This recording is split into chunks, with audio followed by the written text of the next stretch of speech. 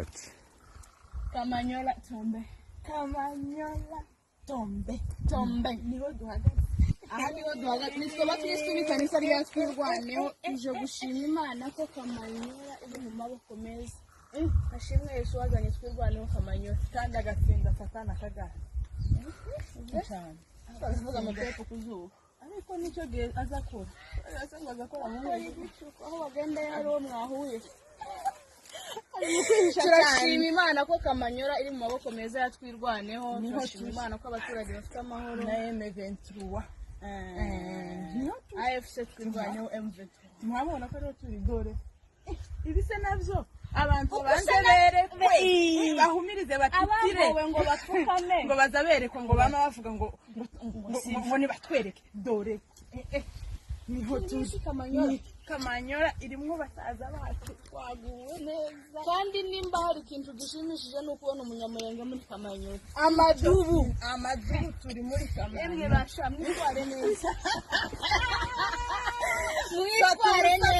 mwitware neza fatusa diamond nuko abantu nimuze dutaha ntakindi kintu kitubereye usibye gutaha kandi nukuri reka nkubwire ntuzone utwo tuvutuza bisiga ngo tukagutera ibiheri ngo tukagera gute si cyane nk'amavuta nuko utari iwanyu wawe ntaza nambara ngo rero hano hari umubiri mwiza kuva mvutse nkangana wabonye ukuntu iyo umuntu atari iwabo n'ijambo uvuze ibazagira ngo azakubwira ngo umusazi kandi ngo uya nangera ni ariko ko turavuga tukishira tukizana amajambo badata bakatwumva neza bene wacu tubanyino ejo twabaye nk'abazungu muzamawiri matatu barongera baraseka twari tuzi ko bodusekera bene wabo babandi barya abantu bakabo ayo makuru y'iterabwoba ngo hatewe ngo bapfu ninde wapfu uti turi hano yeme muri cyo mbabwire turi kumwe na Maneza tumuhagurisha ngo Maneza yapfu muhasha we egera hano iwe